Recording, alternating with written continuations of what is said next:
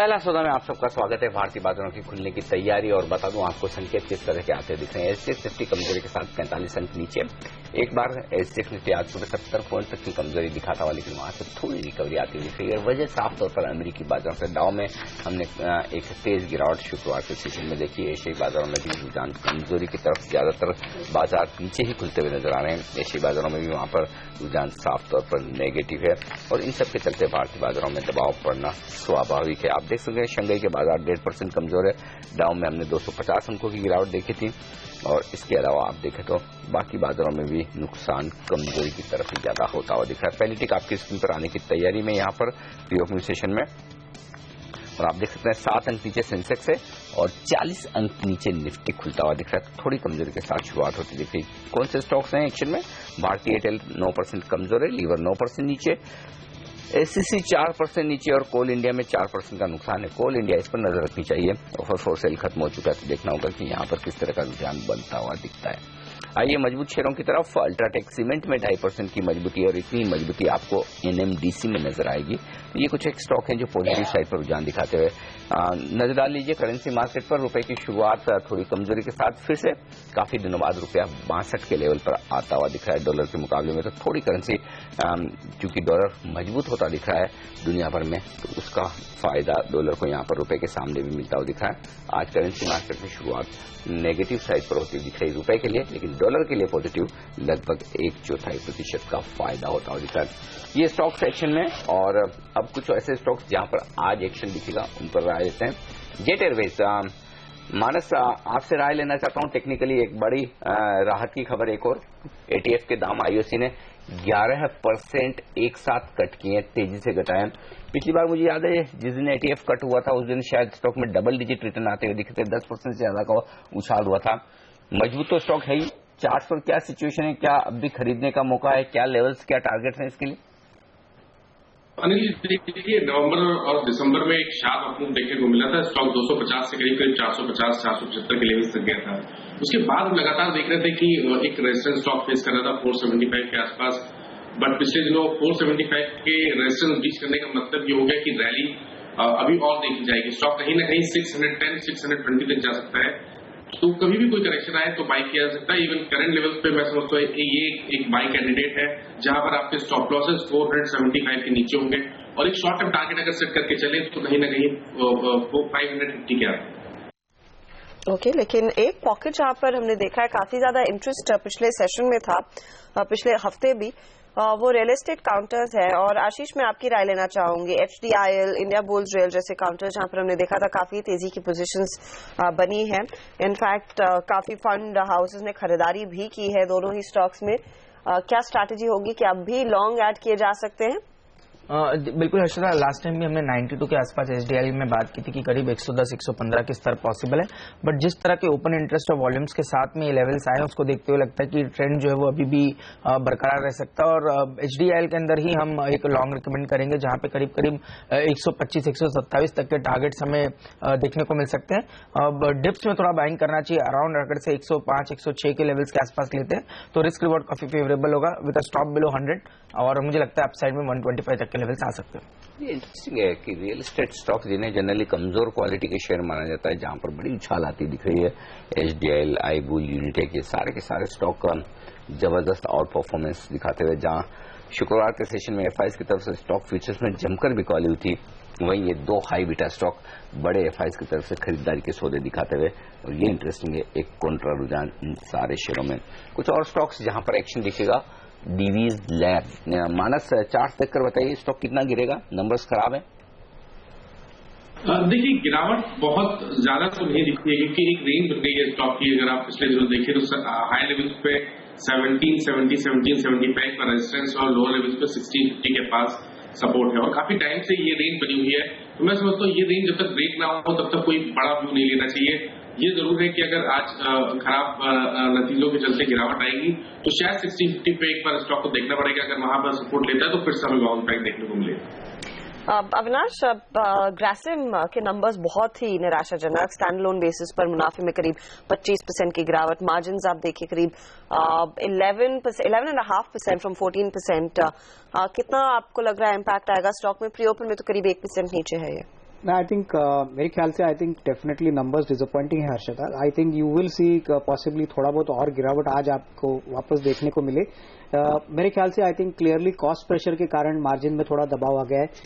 Clearly I think मेरे ख्याल से आने वाले क्वार्टर्स में अगर प्राइसिंग इंप्रूवमेंट अगर नहीं आती है अगर और यही मार्जिन पिक्चर अगर आता है तो मेरे ख्याल से शेयर में और थोड़ी गिरावट आ सकती है. I think I would say that management commentary क्या होगी और मेरे ख्याल से किस प्रकार का मार्जिन पिक्चर आएगा उसके बाद ही I think one can take a future call. ये राय थी. लेकिन बैंकिंग शेयरों में खासतौर से कुछ जो रिपोर्ट्स आती हुई दिखी है बैंक ऑफ बड़ौदा पर और आईसीआईसीआई बैंक पर, दोनों पर सेल नेगेटिव रिपोर्ट्स आई हैं गोल्डमैन सैक्स की तरफ से. बैंक ऑफ बड़ौदा का टारगेट घटाया 258 से 241. की स्टॉक उससे कितना नीचे है, 50 रुपए नीचे ऑलरेडी है. आईसीआईसीआई बैंक 370 से 350 का लक्ष्य आईसीआईसीआई बैंक आपके सामने हाजिर करेंगे. मेरे ख्याल से वो यहाँ पर अब भी 10 रुपए की गुंजाइश उनके टारगेट के लिहाज से. आशीष, एफएनओ स्पेस में शॉर्ट क्या करेंगे आप? अनिल जी, मैं समझता हूँ पीएसयू बैंक्स इनके अंदर में एक गिरावट देखने को मिल सकती है, क्योंकि जिस तरह का बिल्डअप हमें देखने को मिला है बैंक बड़ौदा में, कैनरा बैंक में या छोटे बैंक सिंडिकेट बैंक में, तो एक अच्छा खासा शॉर्ट बिल्डअप देखने को मिल रहा है और कम से कम 7-8% की डाउन साइड करंट लेवल से भी इन स्टॉक्स के अंदर हमें देखने को मिल सकती है. तो ओवरऑल मुझे लगता है कि पीएसयू बैंक्स के अंदर में एक शॉर्ट का वेटेज ज्यादा रहेगा. जहां तक कि आईसीआईसीआई का सवाल है, मैंने जैसे कहा प्राइवेट सेक्टर बैंक में एक ऐसा काउंटर है जहां पर अच्छा खासा बिल्डअप शॉर्ट्स में फ्राइडे के सेशन में देखने को मिला. तो डेफिनेटली एक गिरावट पॉसिबल है जो इसको कम से कम 350-348 के लेवल्स तक लेके जा सकती है. थर्मैक्स एक स्टॉक जहां पर नंबर्स आप देखेंगे मुनाफे और सेल्स दोनों में ही इजाफा देखने को मिला है. मुनाफा करीब 14.5% ऊपर रहा है. लेकिन अविनाश, जो कंपनी ने कहा है कि ऑर्डर इनटेक लगभग 10% की गिरावट उसमें देखी गई है इस पर्टिकुलर क्वार्टर में और ऑर्डर बैकलॉग करीब 6,200 करोड़ का है. क्या ये कंसर्निंग पॉइंट है? नहीं, मुझे लग रहा है थर्मैक्स में डेफिनेटली कंसर्निंग पॉइंट नहीं है, लेकिन आई थिंक ऑर्डर बुक को पिकअप करने के लिए शायद और 1-2 क्वार्टर्स लग सकते हैं, क्योंकि ऑन द ग्राउंड अभी भी जो कॉर्पोरेट कैपेक्स हो रहा है वो काफी स्लो पेस पे हो रहा है. क्लियरली मेरे ख्याल से रेट कट का साइकिल और थोड़ा फास्टर पेस से जब कट होगा तभी मेरे ख्याल से कॉर्पोरेट कैपेक्स चालू होगा. आई मीन, आप अगर कंपनी का बिजनेस मॉडल देखें तो थर्मैक्स एक वर्चुअली डेट फ्री बिजनेस है. क्लियरली हालांकि ये डिसअपॉइंटिंग है कि ऑर्डर बुक 10% से गिरा है, लेकिन आने वाले 2-3 क्वार्टर्स में मैं समझता हूं कि once corporate capex recovery starts, definitely Thermax को उनके जो मेन जो फील्ड है, जो बॉयलर्स बनाते हैं, वहां पे डेफिनेटली इनको पॉसिबिलिटी है कि वो अपनी ऑर्डर बुक बढ़ाए. तो आई थिंक एनी डाउनसाइड अगर आती है तो क्लियरली कैपिटल गुड्स में एक अच्छा investment for the next 6 to 12 months हो सकता है. ओके, तो ये राय आती हुई यहाँ पर कैपिटल गुड्स शेयरों पर. अदानी एंटरप्राइजेज, इस स्टॉक पर एक इंटरेस्टिंग रिपोर्ट आई है और मानस आपकी राय लेना चाहता हूं. सीएलएसए ने अपना कवरेज शुरू किया है, लक्ष्य 750 रुपए का दिया है. यहाँ पर 100 रुपए की गुंजाइश अपसाइड पर अब भी बनती है सीएलएसए के मुताबिक. क्या कह रहे हैं चार्ट्स? शुक्रवार को भारी भरकम वॉलेटिलिटी के साथ दिन के हाई पॉइंट पर मेरे ख्याल से ये स्टॉक जाकर बंद होता हुआ नजर आया. काफी उतार चढ़ाव था. देखिए, बहुत ही बेहतरीन चार्ट दिखते हैं. अगर आप फरवरी 2014 से देखिए तो करीब 5-6 महीने में एक बड़ी रैली देखने को मिली थी. स्टॉक ने 550 तक के हाईज लगाए थे. उसके बाद एक रेंज बाउंड मूवमेंट देखा गया और इस फ्लैग पैटर्न का ब्रेकआउट हुआ है चार्ट पे. मैं समझता हूँ कि कहीं ना कहीं जो 2011 के हाईज थे स्टॉक उस लेवल तक जा सकता है, जो कि आई थिंक 750-760 के आसपास होंगे. तो वो लेवल्स पे ध्यान रखें, वो एक टारगेट सेट करके चले और लोअर लेवल्स पे स्टॉप लॉसेस 580 के नीचे रखें. ओके, तो ये है फिलहाल call. Adani enterprises stock of course action में था पिछले सेशन में भी इनके रिस्ट्रक्चरिंग प्रोग्राम के बाद. लेकिन कौन से काउंटर्स पर आज ट्रेडर्स की नजरें हैं, कहां पर कॉल्स आए हैं? पूजा त्रिपाठी हमारे साथ है. पूजा, जो क्यूज है वो नेगेटिव डेफिनेटली है, तो क्या बिकवाली के ज्यादा सौदे दिख रहे हैं या फिर खरीदारी की हिम्मत भी करने की क्षमता है ट्रेडर्स में आज? जी, नेगेटिव क्यूज मिलते हुए भी आज जो जानकार है वो ट्रेडिंग के लिहाज से इंफ्रा काउंटर्स में ज्यादातर खरीदारी की राय यहाँ पर आज देखने को मिल रही है. शुरुआत करते हैं निशान जैन से. निशान जैन यहाँ टाटा पावर में खरीदारी की राय दे रहे हैं. इनका मानना है कि स्टॉक ने हाई टॉप फॉर्मेशन बनाया था और 94 तक के लेवल्स इस काउंटर में देखने को मिल सकते हैं. दूसरा कॉल है इंद्रनाय बिस्वास का. इन्होंने बीएचएल में खरीदारी की राय दी है. इनका मानना है कि वीकली और डेली चार्ट्स पर टेक्निकली अगर बात की जाए तो काफी बुलिश इंडिकेशन मिल रहा है और 3 से 4 दिनों में स्टॉक में काफी अच्छा एक अपमूव देखने को मिल सकता है. अगले 2 कॉल्स के लिए हमारे साथ बने हुए मानस जायसवाल. गुड मॉर्निंग मानस, बताइए आज आप भी खरीदारी की राय देंगे? गुड मॉर्निंग पूजा. बिल्कुल 2 खरीदारी की राय रहेंगी. पहला तो जेपीएल सेट रहेगा, जहां पर दिसंबर से स्टॉक 28 रुपए के नीचे चला गया था और लगातार उसके बाद स्टॉक ने 28 रुपए के आसपास रेजिस्टेंस फेस किया था, बट फ्राइडे के सेशन में 28 रुपए के लेवल्स बीच हुए, बड़े अच्छे वॉल्यूम्स के साथ हुए हैं। तो मैं समझता हूँ एक शार्प मूव देखने को मिलेगा। स्टॉक कहीं ना कहीं 32.50 तक जा सकता है। 27 रुपए के स्टॉप लॉस के साथ स्टॉक को बाई करें। दूसरा जीएमआर इंफ्रा रहेगा, जहां पर पिछले 2 महीने से हम देख रहे थे कि स्टॉक 18 रुपए के आसपास रेजिस्टेंस फेस कर रहा था, तो और वो लेवल बीच हो गया फ्राइडे के सेशन में, तो 18 रुपए का ही स्टॉप लॉस लगाए और एक लॉन्ग पोजीशन क्रिएट करें। टारगेट 21.75 के आसपास होगा। थैंक यू मानस। आखिरी कॉल है जेके दोषी का। इन्होंने एचडीआईएल में खरीदारी की राय दी है। इनका मानना है कि 2 से 3 दिन में 10% से ज्यादा का रिटर्न इस काउंटर में देखने को मिल सकता है। 120 तक के लेवल्स आगे चल के देखने की उम्मीद की जा रही है। आज सारे ही कॉल्स में जानकार खरीदारी की राय दे रहे हैं। तो यहाँ पर बाय रिकमेंडेशंस आई हैं, शायद गिरावट में मौका होगा खरीदारी करने का, यही हमारे जानकार कह रहे हैं। शुक्रिया पूजा इस अपडेट के लिए। कुछ और काउंटर्स जो इनफैक्ट रेडार पर रहेंगे, जहां पर हमने देखा है बैंकिंग काउंटर्स में भारी भरकम बिकवाली का दबाव देखने को मिला था।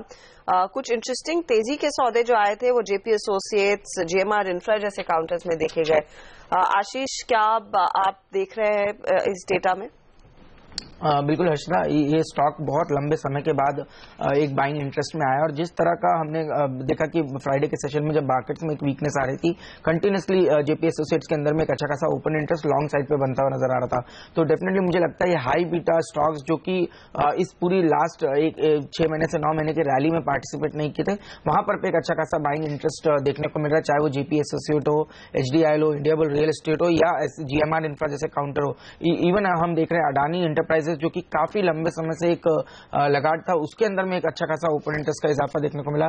अडानी पावर के अंदर में एक जबरदस्त ओपन इंटरेस्ट देखने को मिल रहा है। तो मुझे लगता है इन सभी काउंटर्स में आने वाले दिनों में कम से कम 15 से 20% की अपसाइड देखने को मिल सकती है और इसके चलते मुझे लगता है कि बाजार के अंदर में जो मूवमेंट है थोड़ा साइडवेज हो सकता है, बट इंडिविजुअली स्टॉक्स ये स्टॉक्स एक अच्छा खासा इंटरेस्ट हमें देखने को मिलेगा। अशोका, बिल्डकॉन मानस एक और स्टॉक है जहां पर नंबर्स काफी कमजोर दिख रहे हैं हर लिहाज से, चाहे सेल्स प्रॉफिट मार्जिन के लिहाज से देखें। स्टॉक पर क्या दिख रहा है? 137 रुपए पर स्टॉक आज 3-3.5% नीचे खुलने की तैयारी में।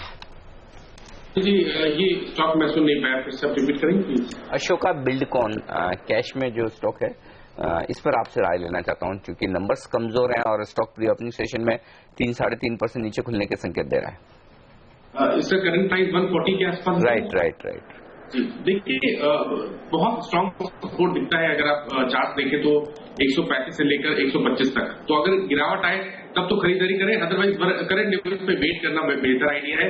अगर आप लॉन्ग टर्म चार्ट देखिए तो 160 एक स्ट्रॉन्ग रेजिस्टेंस दिखता है। तो कभी कोई गिरावट आती है तो आपको आपकी स्ट्रेटेजी ये रहनी चाहिए कि स्टॉक लोअर लेवल्स पे 130-135 के आसपास खरीदें, स्टॉप लॉसेस 125 के नीचे रखें और अपसाइड 155 से 160 के बीच में प्रॉफिट बुक कर लें।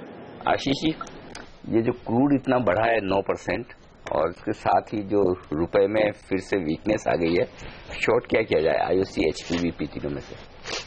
देखिए मेरा प्रेफरेंस तो आईओसी रहेगा क्योंकि हिंद पेट्रो इस पूरी रैली का सबसे स्ट्रांग परफॉर्मर है। यहाँ पर जब भी डिप आती है एक बाइंग हमें देखने को मिलती है, पर आईओसी डेफिनेटली एक वीकनेस के साइन इंडिकेट कर रहा है। तो यहाँ पर शॉर्ट पोजीशंस जो है वो बनाई जा सकती है।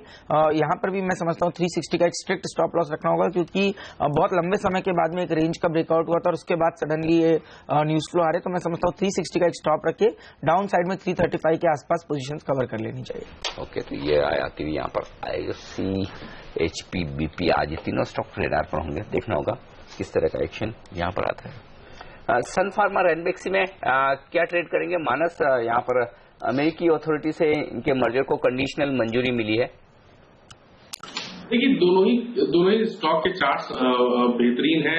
मैं समझता हूँ कि अगर करंट लेवल्स पे स्टॉक को बाई किया जाए, स्पेशली सन फार्मा की बात करूंगा कि जहां पर 920 के आसपास के लेवल्स देखने को मिल रहे हैं। मैं समझता हूँ कि 880 स्ट्रॉन्ग सपोर्ट हो गया है, उसके नीचे अपना स्टॉप लॉस रखें और जल्दी ही स्टॉक जो 930-35 के आसपास रेजिस्टेंस फेस कर रहा है वो ब्रीच करेगा और कहीं ना कहीं 960 से लेकर 970 के लेवल दिखा सकता है। ओके, तो ये राय आती हुई यहाँ पर इन सारे स्टॉक्स पर। बता दूं आपको प्री ओपनिंग सेशन में किस तरह के संकेत है। इंटरेस्टिंग है काफी प्री ओपनिंग सेशन, क्योंकि जिस तरह की कमजोरी एसजीएक्स निफ्टी में नजर आ रही थी वैसा कुछ नहीं दिख रहा है। एसजीएक्स निफ्टी एक बार आपके लिए फिर से लेकर आते हैं। प्री ओपनिंग सेशन में हम 8,802 पर खुलेंगे। 8,775 वो लेवल है जिस पर मेरी नजर है, जो कल का लो है, क्या उसको हम तोड़ते हैं या होल्ड करने की कोशिश करते हैं। अब 8,836 पर हमें, और कल शुक्रवार की जो प्रीमियम है 64 पॉइंट की, वो हटाकर अगर देखें तो हम शायद शुक्रवार के लो 8,775 के आसपास खुले, लेकिन अगर प्रीमियम में थोड़ी कमी आनी भी है तब भी हम अगर 8,802 के आसपास खुलते हैं तो फिर शायद ये एक शुरुआत बुरी नहीं होगी, ये कहा जा सकता है। तो कम से कम ज्यादा बेहतर शुरुआत के लिए तैयार होते हुए दिख रहे हैं एसजीएक्स निफ्टी के मुकाबले में भारतीय बाजार। कहां एक्शन दिखेगा उन स्टॉक्स पर नजर डालें। टेक महिंद्रा में 3.5% की तेजी प्री ओपनिंग सेशन में दिख रही है और ये आज का स्टार परफॉर्मेंस साबित होता है स्टॉक स्प्लिट, बोनस और अच्छे नतीजों के दम पर। केन इंडिया भी थोड़ी रिकवरी के संकेत देता है। और पहली टिक आपकी स्क्रीन पर आती हुई 55 अंक नीचे सेंसेक्स पर, निफ्टी पर सिर्फ 3 अंकों की कमजोरी है और ये बड़ा इंटरेस्टिंग है कि बेहद फ्लैट खुलते हुए दिख रहे हैं भारतीय बाजार। कहीं कोई तेज गिरावट के आसार फिलहाल तो नजर नहीं आ रहे। टेक महिंद्रा 4.5% ऊपर है, 3,000 के आंकड़े के बेहद करीब। केन इंडिया में क्रूड के उछले हुए दाम का फायदा, 2% की तेजी। सन फार्मा में कंडीशनल नोट रैनबैक्सी के मर्जर को लेकर 2% ये स्टॉक ऊपर है। ओएनजीसी ये इंटरेस्टिंगली ऊपर आता हुआ दिख रहा है, 1.5% ओएनजीसी ऊपर है। इनफैक्ट क्रूड के दाम बढ़ने का फायदा वो मिल रहा है काफी ऑयल एंड गैस स्पेस के शेयरों को और वहां से मदद मिलती हुई दिख रही है निफ्टी पर। एचसीएल टेक 1.5% मजबूत है, विप्रो में 1.25% की मजबूती है, तो यहां से थोड़ी खरीदारी आती हुई दिख रही है। लेकिन स्टार परफॉर्मर टेक महिंद्रा 4.5% का बड़ा उछाल। आइए कमजोर शेयरों की तरफ। 2.5% नीचे है कोल इंडिया का स्टॉक, 2% नीचे डॉक्टर रेड्डीज में लगातार कमजोरी होती हुई दिख रही है। ग्रासिम कमजोर नतीजों के बाद 1.5% फिसलता हुआ और बीपीसीएल में नुकसान है 1.25% का। वायदा कारोबार के स्टॉक्स पर नजर डालिए। ईआईएल 3.25% नीचे कमजोर नतीजों के बाद। कोल इंडिया में जैसा हम कह रहे थे कि ज्यादा नुकसान आपको वायदा कारोबार के प्राइस में नहीं दिखेगा क्योंकि यहां पर पहले से ही नुकसान था, 1.5% के आसपास की कमजोरी। वहां पर एचडीएफसी बैंक 1.25% कमजोर खुलता हुआ दिख रहा है। तो ये रुझान है शुरुआती कारोबार में वायदा कारोबार के स्टॉक्स का। हर्षदा, आपको कहां एक्शन दिख रहा है? बाजार में कमजोरी थोड़ी बढ़ती दिख रही है, लेकिन मिड कैप काउंटर्स अनिल यहाँ पर काफी ज्यादा एक्शन। इनफैक्ट इंडेक्स आप देखेंगे करीब 31 पॉइंट ऊपर है। काफी इंटरेस्टिंग स्टॉक्स, अदानी जैसे आप मेंशन पहले भी कर रहे थे, आज वो काउंटर 5% ऊपर है। एविएशन काउंटर्स में जेट 4.5% ऊपर, स्पाइस जेट 4% ऊपर। टोरेंट पावर नंबर्स अच्छे रहे। इनफैक्ट कंपनी ने एक मुनाफा पोस्ट किया है लगभग 66-65 करोड़ का और स्टॉक देखिए 4% भागा है, वॉल्यूम पिकअप अच्छा खासा है। इसके अलावा टीटागढ़ वैगन में 3.5% तक की तेजी बनती हुई दिखाई दी है। एजिस लॉजिस्टिक्स नॉर्मली लिक्विडिटी के लिहाज से स्टॉक में ज्यादा ट्रेड नहीं होता है, लेकिन नंबर्स अच्छे रहे हैं। इनफैक्ट मुनाफा जो है 40 करोड़ का है, उसके बाद स्टॉक देखिए 2.5% ऊपर है। ऐसे कुछ काउंटर्स है जहां पर परफॉर्मेंस काफी अच्छा है। थर्मैक्स पोस्ट नंबर्स 2.5% के गेंस दिखाता हुआ ये काउंटर। अबान ऑफशोर में खरीदारी अच्छी खासी होती हुई। एक्साइड नंबर्स भले ही इतने एक्साइटिंग ना हो, जहां पर हमने देखा मुनाफा जो है करीब सिर्फ 25% ग्रो होता हुआ दिखाई दिया है। मार्जिन थोड़े से फ्लैट रहे हैं, हालांकि इसमें करीब 70 बेसिस पॉइंट का इंप्रूवमेंट रहा है। स्टॉक करीब 2% ऊपर है आज के ट्रेड में। जेएमआर इंफ्रा जैसे काउंटर्स में अच्छी खासी खरीदारी होती हुई, तो यहां पर हमने देखा एक अच्छा खासा फिलअप आया है। गैमन इंफ्रा जैसे काउंटर्स, इसमें भी कुछ अपटेक आता हुआ। Can India after very long time हम देख रहे हैं कुछ रौनक आती हुई स्टॉक में। कच्चे तेल में जो थोड़ा सा शॉर्ट कवरिंग का बाउंस आया, उसके चलते कुछ पॉजिटिव मूव आता हुआ स्टॉक पर 1.5% ऊपर केन इंडिया का शेयर। थॉमस कुक जैसे counters, in fact real estate counters आपके लिए हाजिर करते हैं। ब्रिगेड एंटरप्राइजेज जिसके नंबर्स अच्छे रहे, सेल्स फ्रंट पर 411 करोड़ का यहां पर कंपनी ने सेल्स पोस्ट किया। मुनाफा 27 करोड़ के आसपास ब्रिगेड एंटरप्राइजेज की रही है। उसमें आप देखिए स्टॉक 4% के गेंस दिखाता हुआ। तो ऐसे कुछ इंटरेस्टिंग मूवर्स डेफिनेटली है। हालांकि जहां से बिकवाली आज हो रही है, हेरिटेज फूड्स बहुत ही खराब नंबर, स्टॉक 5% नीचे। न्यूलिन लैब्स नंबर्स निराशाजनक, 12% टूटा है स्टॉक। एस्ट्रो माइक्रोवेव 3% नीचे है नंबर्स के बाद। जीएनएफसी लॉस देखा गया है, नंबर्स पर प्रेशर, स्टॉक पर प्रेशर होना चाहिए। जीएसपीएल में हम देख रहे हैं करीब 3% तक की गिरावट देखने को मिली है। डीवीज लैब, ईआईएल नंबर्स के बाद इन सब की धुलाई होती हुई। तो क्लियरली हम देख रहे हैं जहां पर नतीजे अच्छे हैं वहां पर बाजार ने स्टॉक्स को रिवॉर्ड जरूर किया है। लेकिन मिड कैप इंडेक्स जो करीब 31-32 अंकों की तेजी बोस्ट कर रहा था, यहां पर भी अब थोड़ी बहुत बिकवाली आती हुई, सिर्फ 6 अंक ऊपर है फिलहाल ये इंडेक्स। तो ओवरऑल आप देखिए 87-89 पर इस समय निफ्टी कारोबार करता हुआ। सेंसेक्स 80-82 पॉइंट नीचे हैं इस समय ट्रेड में। मानस, जिस तरह की ओपनिंग रही है, अब यहां से आगे की क्या कॉल रहेगी निफ्टी पर? पहले देखिए, मेरा समझना है कि 87-70 का वेट कर लें। अगर 87-70 के नीचे निफ्टी जाते हैं तो वहां पर शॉर्ट पोजीशन क्रिएट करें, उससे पहले शॉर्ट पोजीशन ना क्रिएट करें। और अगर अपसाइड 88-25 के ऊपर निफ्टी सस्टेन करेगा तो वहां पर एक लॉन्ग पोजीशन क्रिएट करनी चाहिए। अभी करंट लेवल मैं समझता हूँ वेट करना बेहतर आइडिया है। ओके, करंट लेवल्स पर वेट करना ठीक रहेगा, लेकिन कुछ मिड कैप स्टॉक्स काफी एक्शन में आते हुए दिख रहे हैं। टेक महिंद्रा के अलावा अदानी एंटरप्राइजेज अब 4% ऊपर है, एचडीएल 3% ऊपर है, तो यहाँ पर अच्छी खासी खरीदारी की पोजीशन बन रही है। आइशर मोटर्स में जिस तरह के 25% की दमदार ग्रोथ आई है, लेकिन अविनाश इसी स्टॉक पर आपसे राय लेना चाहूंगा। 16,700 का भाव है, खरीद सकते हैं इस लेवल पर आप? नहीं, in fact Anil ji, I think risk reward अगर हम देखें, अगर हम 1.5-2 साल का व्यू ले, तो मैं समझता हूं कि इस कंपनी में जिस प्रकार का बिजनेस मॉडल बिल्ड किया, अभी तक जो ग्रोथ आ रहा है वो ज्यादातर उनके 2 व्हीलर बिजनेस से आ रहा है, जो एनफील्ड बाइक वो बनाते हैं। इस बाइक को करीबन 6 महीने की वेटिंग पीरियड है, और जिस प्रकार का ब्रांडिंग स्ट्रेटेजी इस कंपनी इस 2 व्हीलर बिजनेस को दे रही है, इन्होंने एक्स हार्ली डेविडसन के सीईओ को भी अपॉइंट किया है, तो आई थिंक मार्केट शायद कमर्शियल व्हीकल का जो रनअप है वो शायद अभी पूरी तरह से इस कंपनी में प्ले आउट नहीं हुआ है। जब भी सीवी साइकिल स्ट्रांगली रिकवर होगी, तभी मैं समझता हूं कि इस शेयर को भी डेफिनेटली रिलेट होगा। हमने देखा है कि काफी दूसरे जो हाई प्राइस शेयर्स ऑटो या नॉन ऑटो में है, वहां पे भी बढ़त आई है, क्योंकि आई थिंक क्लियरली यहां पे एक स्कैर्सिटी प्रीमियम है। क्लियरली आई थिंक कंपनी अपनी इक्विटी डाइल्यूट नहीं करेगी, और अपनी अर्निंग्स का जो ग्रोथ है वो मेरे ख्याल से नेक्स्ट 1.5-2 साल में काफी अच्छा स्ट्रांग रिकवरी दिखाएगी। तो आई वुड से दैट जो भी 1.5-2 साल का व्यू रखने के लिए ख्वाहिश रखते हैं, उन्हीं को इस शेयर में इन्वेस्ट करना चाहिए। शॉर्ट टर्म में मेरे ख्याल से कहना मुश्किल है कि कितनी बढ़त होगी। इनफैक्ट आपने क्योंकि हार्ली डेविडसन को मेंशन किया है, कंपनी ने अपनी जो बिक्री है हार्ली डेविडसन से भी बेहतर बनाई है। 2014 में जहां पर हार्ली ने करीब 1.5 लाख गाड़ियां ग्लोबली बेची है, आइशर मोटर्स ने एनफील्ड जो इनका प्रोमिनेंट ब्रांड है उसकी 3 लाख यूनिट्स बेची, तो वो एक पेग डेफिनेटली है स्टॉक के लिए। और पिछले आप 12 महीनों में देखें 250% के रिटर्न्स, काफी अच्छा परफॉर्मेंस इधर देखा गया है। वायदे बाजार के लिहाज से आपकी क्या रणनीति रहेगी यहाँ पर आइशर में इस समय, आशीष? देखिए अर्षिता, क्लियरली बहुत ही जबरदस्त बिल्डअप लॉन्ग साइड पे बनता हुआ देखने को मिल रहा है, और कंटिन्यूसली हम देखते हैं कि जब भी कोई डिप आता है एक अच्छा खासा बाइंग इंटरेस्ट नीचे से देखने को मिलता है। तो स्टॉक में मुझे लगता है कम से कम 18,200 तक के स्तर ऊपर में देखने को मिल सकते हैं। ऑन डाउन साइड 16,400 का एक स्टॉप रख के मैं समझता हूँ करंट लेवल्स पे लॉन्ग पोजीशन बनाई जा सकती है। ओके, लॉन्ग पोजीशन बनाए करंट लेवल्स पर, ये राय आती है यहाँ पर।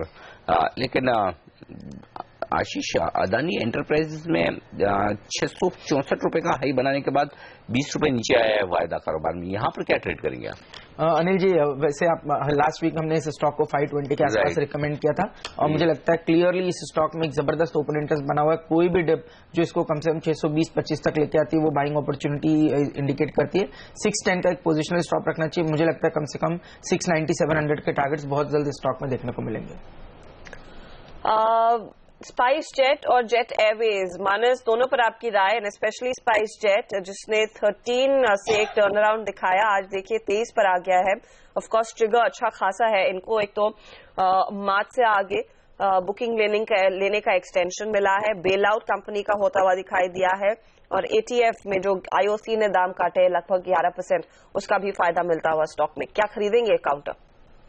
हर्षिता, मेरा ये काफी टाइम से कहना रहा है कि 22 रुपए का रेजिस्टेंस था पहले, और वो लेवल्स अगर बीच हो जाते हैं तो वो डेफिनेटली पॉजिटिव है स्टॉक के लिए। यहाँ पर उसके बाद जब से स्टॉक का अगर सादा ट्रेडिंग सेशन देखे तो 22 रुपए के ऊपर सस्टेन कर रहा है, पॉजिटिव संकेत है। मैं समझता हूँ कि स्टॉक के टारगेट कहीं ना कहीं 28-29 के आसपास है, तो अगर आज 23 रुपए के आसपास है तो बिल्कुल एक बाइंग अपॉर्चुनिटी बनती है, जहां पर आपके स्टॉप लॉसेस 21 रुपए के नीचे होंगे। ओके, ये राय आती हुई यहाँ पर स्पाइस जेट पर। आज एविएशन स्टॉक साफ तौर पर एक्शन में इन्हीं खबरों के दम पर आते हुए दिख रहे हैं, लेकिन रिजल्ट वाले कुछ स्टॉक्स उन पर नजर डाली जाए, कहाँ बड़े एक्शन। इसमें बाजार का एक्शन कमजोरी की तरफ बढ़ता हुआ दिख रहा है।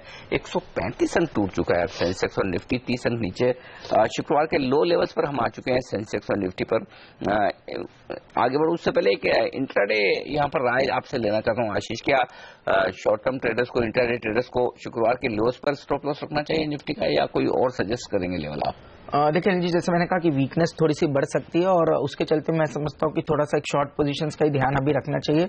क्लियरली निफ्टी फ्यूचर्स के अंदर में जब तक अब 8880 के लेवल्स ऊपर में क्रॉस नहीं होते, मुझे लगता है पोजीशन शॉर्ट साइड पे रहनी चाहिए, और नीचे में कम से कम 8750 तक की डाउन साइड निफ्टी फ्यूचर्स में 1 से 2 दिनों में हमें देखने को मिल सकती है। अविनाश, टेक्नोलॉजी में HCL टेक या टेक महिंद्रा, आप देखिए टेक महिंद्रा 3% ऊपर है और HCL टेक 2.5% ऊपर। आई थिंक HCL टेक ने डेफिनेटली नंबर्स उम्मीद से ज्यादा बेहतर दिखाए। In fact not only top line as well as EBITDA margins में अच्छी इंप्रूवमेंट आई और क्लियरली बोथ इन्वेस्टर्स के पॉइंट ऑफ व्यू से 1:1 बोनस और 8 रुपए का डिविडेंड, मुझे लग रहा है कि इस भाव से भी अगर कोई खरीदता है तो मेरे ख्याल से एक्स बोनस जब शेयर जाता है तभी अच्छी रिटर्न मिलेगी। क्लियरली आई थिंक उनके जो IMS स्पेस में उन्होंने कहा है कि उस स्पेस में इन्होंने काफी अच्छी डबल डिजिट ग्रोथ रिकॉर्ड की है। तो मैं समझता हूं कि despite cross currency definitely HCL tech has done better than both TCS as well as Infosys. तो साफ तौर पर यहाँ पर प्रेशर अब बाजार पर बढ़ता हुआ नजर आ रहा है। 150 अंक नीचे सेंसेक्स आपको नजर आएगा लगभग, और निफ्टी पर अब 35 अंकों की कमजोरी। शुक्रवार के जो लोज है वो टूटते हुए दिख रहे हैं। आज फिर से कमजोरी को लीड बैंक शेयर ही कर रहे हैं। इनफैक्ट जो हम बात कर रहे थे बैंक ऑफ बड़ौदा और ICICI बैंक, दो ऐसे बैंक से जहां पर गोल्डमैन सैक्स की तरफ से एक नेगेटिव रिपोर्ट आई और वहीं से दबाव बनता हुआ दिख रहा है। कुछ फार्मा स्टॉक्स भी कमजोर है। डॉक्टर रेड्डीज, डीवीज लैब जैसे शेयर यहाँ पर अब कमजोरी की तरफ बढ़ते हुए दिख रहे हैं। इंजीनियर्स इंडिया 2% कमजोर है। यहाँ पर वक्त एक छोटे से ब्रेक का, ब्रेक के बाद लौटेंगे। हमारे एक्सपर्ट्स हमारे साथ है, कुछ और स्टॉक्स पर उनसे चर्चा करेंगे। बने रहिए हमारे साथ।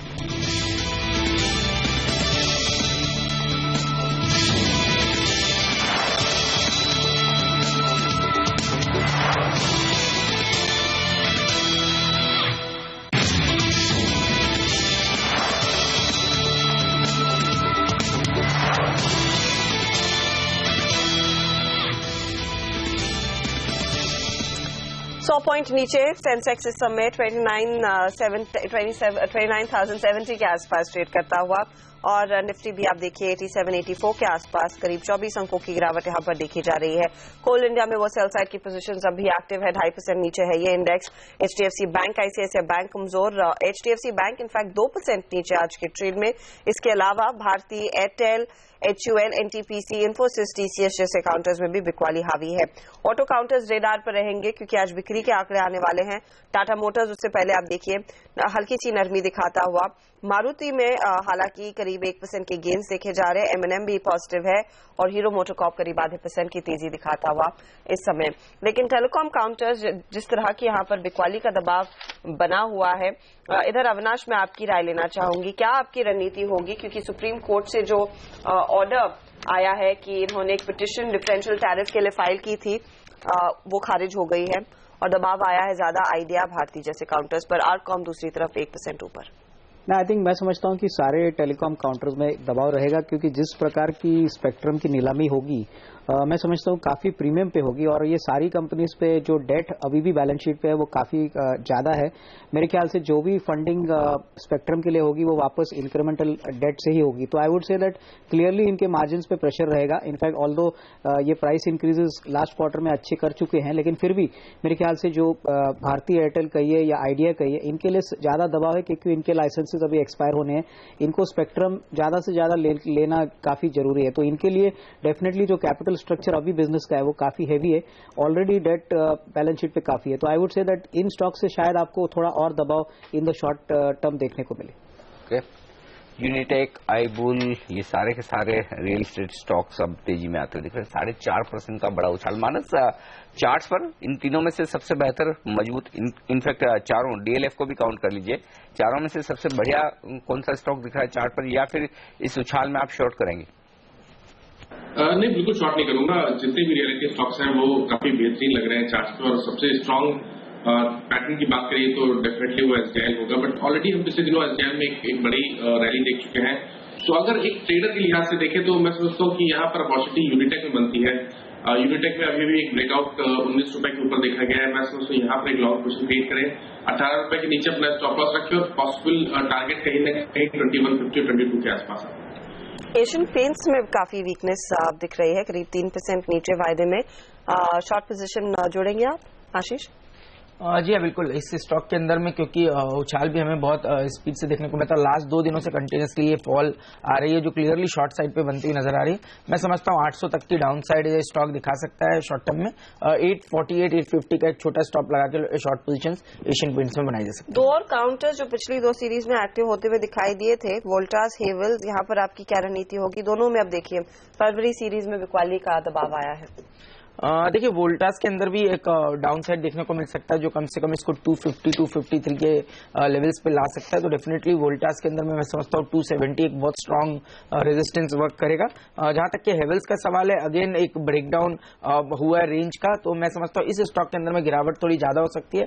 कम से कम 240 238 तक के लेवल्स हेवल्स के अंदर में देखने को मिल सकते हैं। 262 का एक स्टॉप लॉस लगा के शॉर्ट पोजीशन हेवल्स में हम रिकमेंड करते हैं। ऑटो काउंटर्स अविनाश, मारुति 1% से ज्यादा के गेंस दिखाता हुआ, M&M में तेजी है, बजाज ऑटो भी अब पॉजिटिव जोन में आता हुआ, कुछ आप पोजीशन लेना चाहेंगे? मैं समझता हूँ मारुति और अशोक लेलैंड ये दोनों ही शेयर्स है जो मेरे ख्याल से आई थिंक काफी अट्रैक्टिव लग रहे हैं। अशोक लेलैंड की बात करें तो अशोक लेलैंड ने वॉल्यूम ग्रोथ के पॉइंट ऑफ व्यू से काफी बेहतरीन नंबर्स Q3 में दिखाए। इनफैक्ट CV साइकिल्स क्लियरली अभी अप ट्रेंड में है, तो मैं समझता हूँ कि यहाँ से risk reward next 6 to 12 months में काफी अच्छा हो सकता है। मारुति के लिए भी क्लियरली रेट कट्स जितने एक्सेलरेट होंगे आगे, मेरे ख्याल से इनका इम्पैक्ट उनके डिमांड पे काफी पॉजिटिवली प्ले आउट होगा। तो I would say Maruti 4 wheelers में और कमर्शियल व्हीकल्स में Ashok Leyland for the next 6 to 12 months काफी अट्रैक्टिव लग रहा है। ओके, और इसमें एक स्टॉक जो एक्शन में है वॉल्यूम के लिहाज से, इस पर नजर डालते हैं, और वो है गुजरात फ्लोरो। गुजरात फ्लोरो के काउंटर पर यहाँ पर NSE पर बड़ा वॉल्यूम होता हुआ दिख रहा है। लगभग 3.5 लाख शेयरों का कारोबार हुआ है और 3 बड़े सौदे दिख रहे हैं मेरी स्क्रीन पर, 1 और 1.5 लाख, यानी कि 3.5 लाख शेयरों के 3 बड़े सौदे होते दिख रहे हैं गुजरात फ्लोरो के काउंटर पर। और लगभग यहाँ पर कंपनी की 0.5% हिस्सेदारी, 0.4% हिस्सेदारी कंपनी की बदलती हुई दिख रही है। 725 रुपए के आसपास गुजरात फ्लोरो में ये ट्रेड होते हुए दिखे। तो 3 बड़े ट्रेड्स यहाँ पर गुजरात फ्लोरो पर साफ तौर पर होते दिखे। आप ट्रैक करते हैं अविनाश? नहीं, मैं नहीं ट्रैक। ओके, टेक्निकल राय लेता हूँ। मानस, चार्ट्स क्या कह रहे हैं? आज वॉल्यूम और प्राइस दोनों के लिहाज से एक्शन होता हुआ दिख रहा है स्टॉक। आप देख सकते हैं लगभग 4 से 5% ऊपर है गुजरात फ्लोरो का। अनिल जी देखिए, नवंबर में स्टॉक ने 800 के आसपास के लेवल्स टेस्ट किए थे और उसके बाद लगातार हम एक रेंज देख रहे हैं स्टॉक की, जहां पर हाई लेवल्स पे 775 800 के आसपास स्टॉक रेजिस्टेंस फेस कर रहा है और 700 के आसपास सपोर्ट देख रहा है। तो मैं समझता हूँ इस रेंज के बाहर आने का वेट करना चाहिए। जहां तक बात ट्रेंड की है, पैटर्न की है, लॉन्ग टर्म चार्ट्स की है, वो डेफिनेटली पॉजिटिव है और मैं समझता हूँ अपसाइड ब्रेकआउट आने वाले टाइम में देखने के चांसेस काफी ज्यादा है। और अगर अपसाइड ब्रेकआउट 800 के ऊपर होगा तो उसके नेक्स्ट टारगेट 980 के आसपास आते हैं। इस बीच बजाज ऑटो आपके लिए हाजिर करेंगे। यहाँ पर जनवरी की बिक्री के आंकड़े आ गए हैं। कुल बिक्री 2.88 लाख यूनिट्स की, एक्सपोर्ट्स में 4% का इजाफा देखने को मिला है।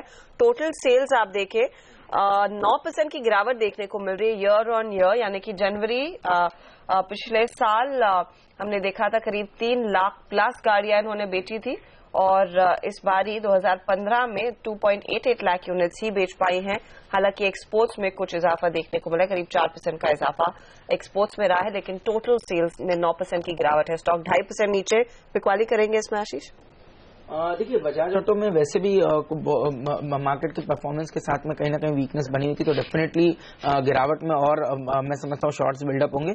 कम से कम 2250 तक की डाउन साइड शॉर्ट टर्म के अंदर में इस काउंटर में देखने को मिल सकती है।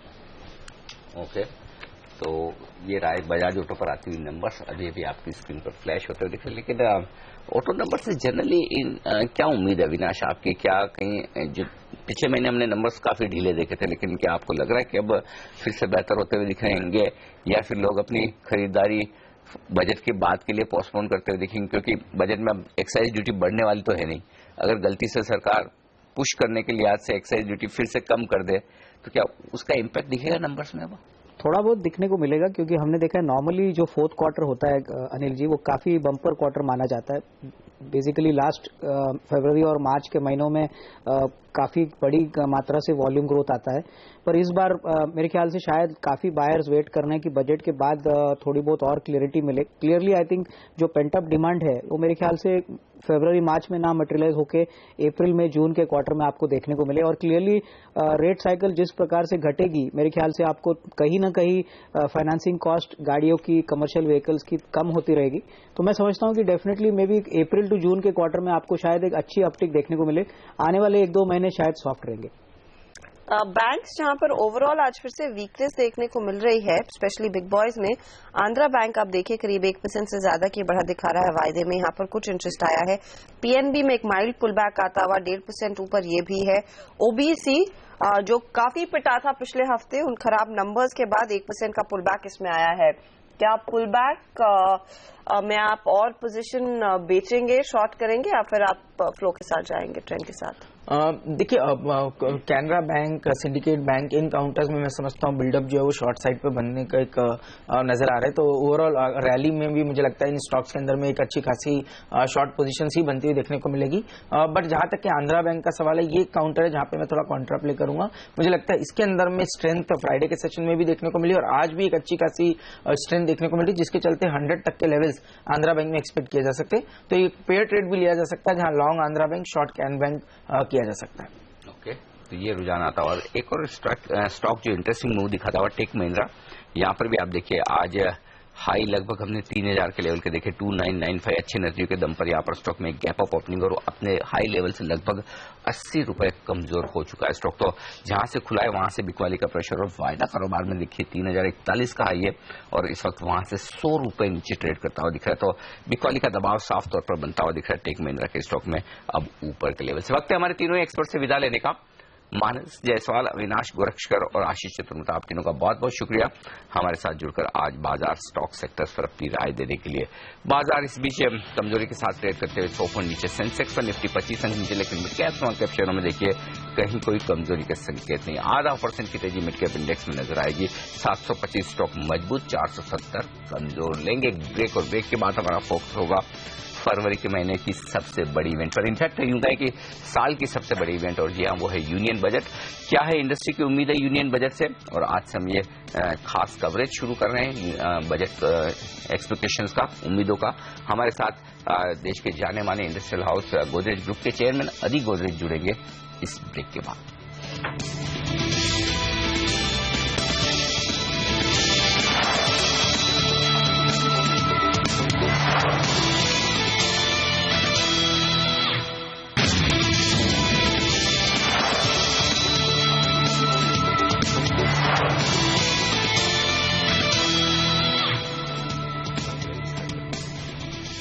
140 अंकों का नुकसान सेंसेक्स पर, निफ्टी 8775 पर 30 अंकों के नुकसान के साथ कुछ रिकवरी की कोशिश की थी निफ्टी ने, लेकिन ऐसा लग रहा है कि 8800 के पार जाना निफ्टी के लिए मुश्किल है। आज का हाई वैसे 8808 है और लो है 8772, यानी कि अपने लो से 5 पॉइंट ऊपर ही इस वक्त निफ्टी ट्रेड करता हुआ दिख रहा है। लेकिन मिड कैप और स्मॉल कैप शेयर में इंटरेस्टिंग पॉजिटिव रुझान अब भी बना हुआ है और अच्छे मार्जिन के साथ बना हुआ है, क्योंकि 725 स्टॉक पॉजिटिव है और 500 स्टॉक कमजोरी के साथ ट्रेड करते हुए दिख रहे हैं। ये इस वक्त का बाजार का रुझान आप देख सकते हैं किस तरह का बनता हुआ दिख रहा है। नतीजों के दम पर काफी स्टॉक एक्शन में आज आपको दिखेंगे। टेक महिंद्रा की हम बात कर भी रहे थे कि अच्छे नंबर्स के बाद एक गैप अप ओपनिंग हुई, स्टॉक स्प्लिट और बोनस भी आता हुआ दिखा, लेकिन वहीं से प्रॉफिट बुकिंग भी शार्प आती हुई दिखी है। अब स्टॉक दिन के लो पॉइंट पर ट्रेड करता हुआ दिखा है। हालांकि गेंस अब भी हैं लगभग 2% के, लेकिन काफी तेज गिरावट ऊपर के लेवल से होती हुई दिखी स्टॉक में। टोरेंट पावर भी आप देखिए 3.5% मजबूत है। थर्मेक्स में 3% की मजबूती है। ब्रिगेड एंटरप्राइजेस भी हर्षदा 2% के आसपास की तेजी दिखा रहा है। जी हाँ अनिल, तो हमने देखा है जहां पर नंबर्स अच्छे रहे हैं वहां पर बाजार ने रिवॉर्ड डेफिनेटली किया है, लेकिन जहां पर निराशाजनक नंबर्स देखे गए हैं उधर देखिए बाजार ने एक सीधा साधा थम्स डाउन दिया है। हेरिटेज फूड्स मिसाल के तौर पर 5.5% का नुकसान इधर देखने को मिला है। जीएनएफसी नतीजे बेहद खराब रहे, स्टॉक की 5% धुलाई होती हुई दिखाई दी है। इसके अलावा आप देखिए बर्जर पेंट्स और पेंट काउंटर्स में हमने देखा था काफी ज्यादा वैल्यूएशन प्ले देखने को मिला था, काफी तेजी आई थी और वो काउंटर भी आज पिटता हुआ 5% का नुकसान देखा जा रहा है। लेकिन अब बात करते हैं इस महीने आने वाली सबसे बड़ी डेवलपमेंट जिस पर सभी की नजरें टिकी हुई है, मोदी सरकार का यूनियन बजट।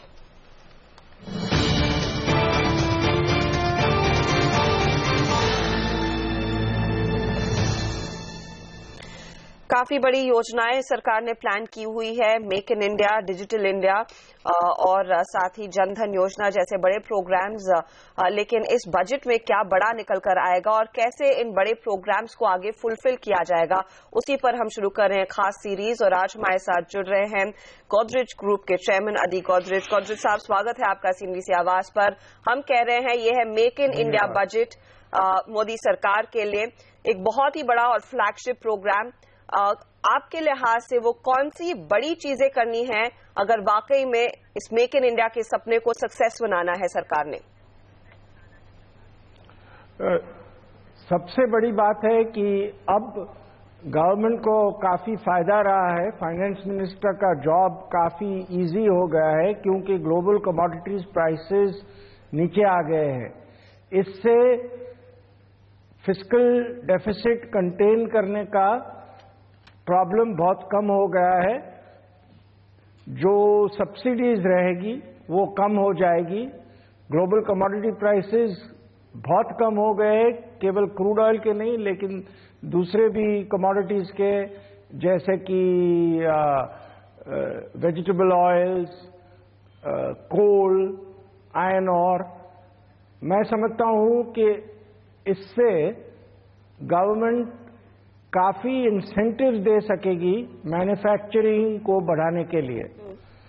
सबसे बड़ी बात है कि मिनिमम ऑल्टरनेट टैक्स जो अब है लगभग 20%, वो होने से कई कंपनियों को जो इंसेंटिव दिए जाते हैं वो पूरे मिल नहीं सकते हैं क्योंकि मिनिमम ऑल्टरनेट टैक्स आ जाता है।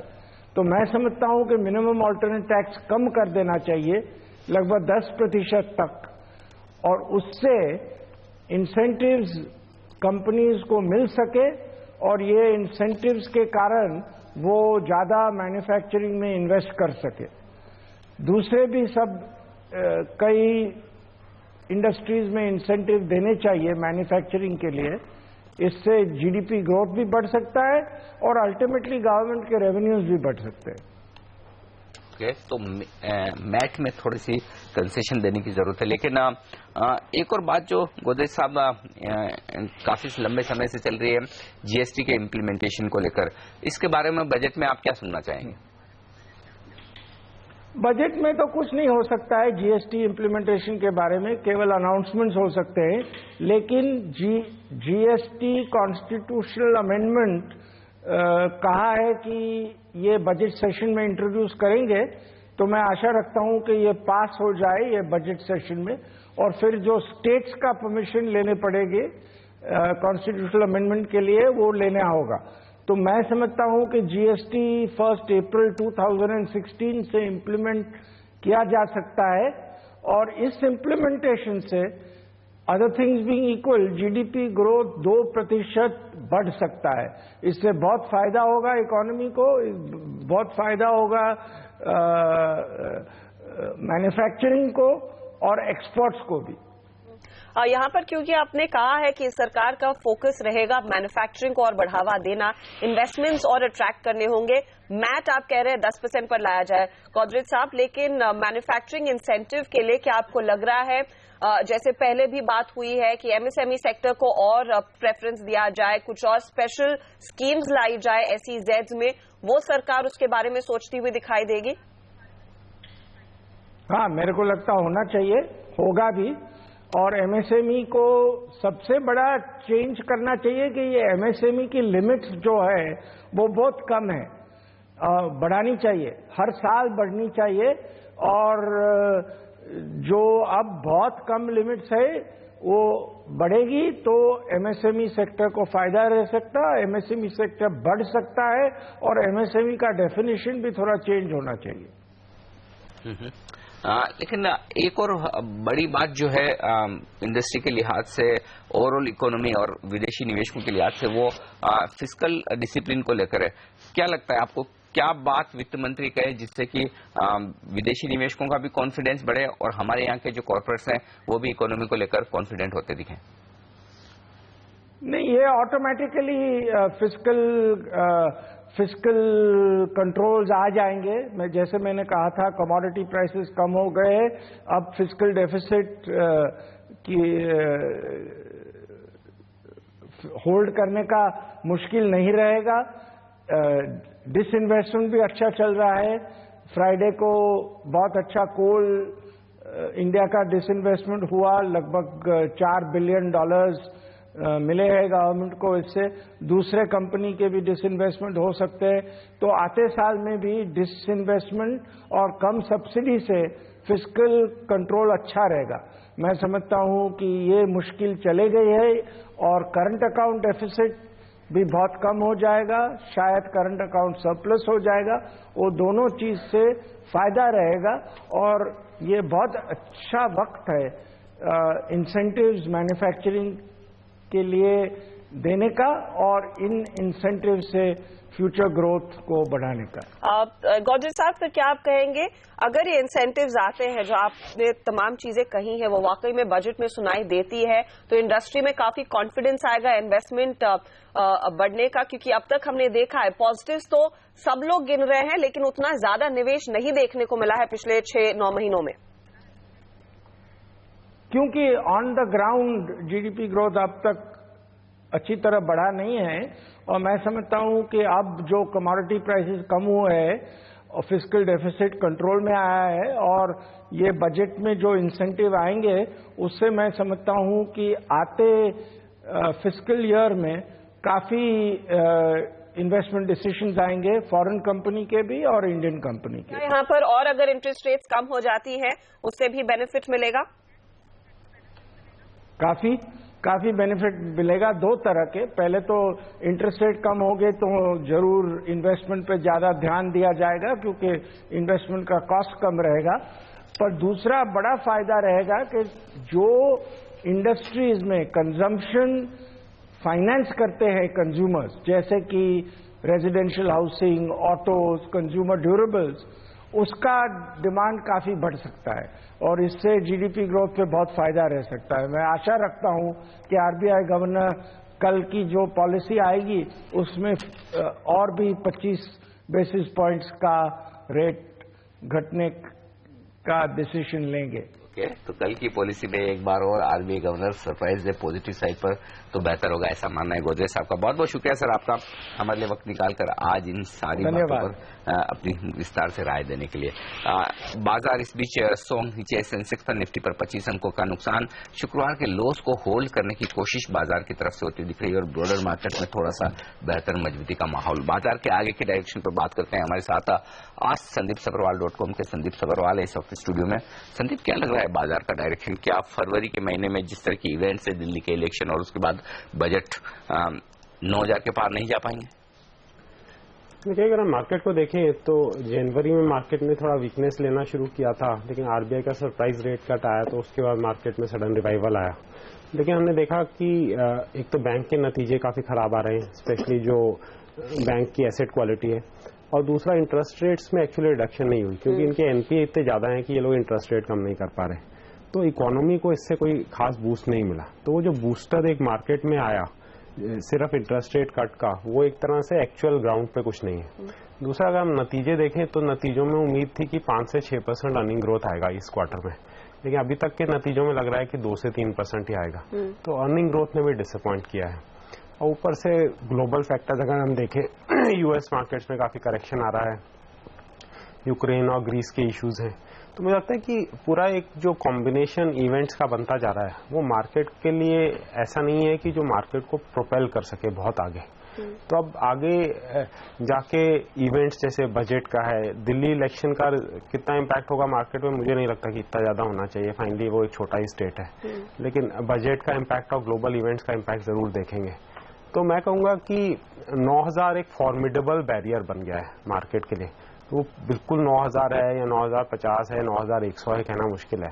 ये एक मुझे लगता है काफी अच्छा खासा बैरियर बन गया है जो अगले काफी हफ्तों या कुछ महीनों में भी मार्केट को डिसाइसिवली क्रॉस करना मुश्किल रहेगा। संदीप, हमें याद है कि जिस तरह से बाजार में तेजी देखने को मिली थी, आपने सबसे पहले चेताया था कि एक सेल ऑफ आएगा, क्योंकि फिर से गिरावट आई है। क्या आपको लग रहा है कि थोड़ा सा डाउन साइड अब और बढ़ता हुआ दिखाई दे सकता है आपकी बारी, और शायद बजट से पहले वो हाई बिल्टअप की जगह शायद लोग सबसे ज्यादा हल्का होकर बजट सुनना चाहें? देखिए, मैं ये कहूंगा मार्केट में करेक्शन तो आना ही है। वो करेक्शन कब आएगा वो डिपेंड करेगा इवेंट्स पे। अब कल अगर सरप्राइज रेट कट आ जाता है तो जो करेक्शन है वो फिर पोस्टपोन हो जाएगा, क्योंकि एक ट्रेडर कम्युनिटी में एक यूफोरिया आ जाएगा, पॉजिटिविटी बनेगी और उसके कारण हो सकता है करेक्शन पोस्टपोन हो जाए।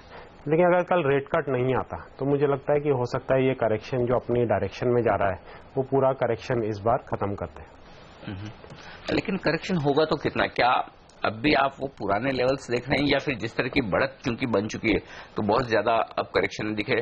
क्या ये समझना ठीक है 8500 या 8600 के आसपास आकर करेक्शन खत्म हो चुका है, या फिर 8200 या उसके नीचे के लेवल्स आप देख रहे हैं? देखिए बहुत समय ऐसा हो गया अब कि हम लोग इंडियन मार्केट को स्टैंड अलोन मार्केट की तरह देखना शुरू हो गए, क्योंकि जिस तरह से मार्केट ने कुछ महीनों में बिहेव किया है, लेकिन नॉर्मल बिहेवियर ऐसा नहीं होता। तो अभी ये एक उम्मीद बन रही है, और जो यूएस में जैसा सिनेरियो बन रहा है, तो उम्मीद ऐसी बन रही है कि उधर के मार्केट में ही हो सकता है कि एक 15-20% की गिरावट आ जाए। तो उस सिनेरियो में इंडियन मार्केट बच के रहेगा और टिक के रहेगा, और 8,400-500 तक ही रुक जाएगा किसी करेक्शन में, मुझे लगता है मुश्किल है। तो मुझे लगता है जब करेक्शन अगर ये एक्चुअली करेक्शन स्टार्ट हो गई है, या जब भी करेक्शन स्टार्ट होगी, तो 10 से 15% ऊपर से करेक्शन जरूर होगा। अब यानी कि हर डिप पर खरीदारी का माहौल रहेगा मार्केट में, वही स्ट्रैटेजी अपनानी चाहिए। डिप में अभी मैं नहीं कहूंगा कि अगले कुछ हफ्तों में डिप पे मार्केट पे को खरीदना चाहिए। अभी तो मुझे लगता है कि डिप पे मार्केट को डिप होते ही देखते रहना चाहिए और फिर हो सकता है अप्रैल मई में जाके कोई ऐसा सिनेरियो बने जहां ज्यादा कॉन्फिडेंस से कह जाएंगे, क्योंकि फाइनली मार्केट में क्या है कि अगर आपने पूरा काफी एक रन एंजॉय किया है मार्केट का, तो जब ऐसा लेवल आ जाता है जहां आपको कंफर्ट नहीं है, तो ये बेटर है कि आप बाहर रहें, क्योंकि बिना कन्विक्शन के मार्केट में आना का कोई फायदा नहीं है। ओके, तो ये राय आती हुई संदीप की। फिलहाल इंतजार करने की बात करें, एक अच्छे रनअप के बाद बेहतर होगा कि आप थोड़ा सा वेट कर लें करेक्शन का, और उसके बाद आप खरीदारी करें। शुक्रिया संदीप आपका, हमारे लिए वक्त निकालकर बाजार पर आज अपनी राय हमारे साथ शेयर करने के लिए। और बाजार ने इंटरेस्टिंग रुझान दिखाया है। ग्लोबल मार्केट्स की कमजोरी और शुक्रवार के तेज सेल ऑफ के बावजूद भारतीय बाजार उतने बुरे नहीं है जितने शायद हो सकते थे एसएक्स निफ्टी के मुकाबले में। मिड कैप और स्मॉल कैप शेयर तो ट्रेंड के विपरीत आज हरे निशान में।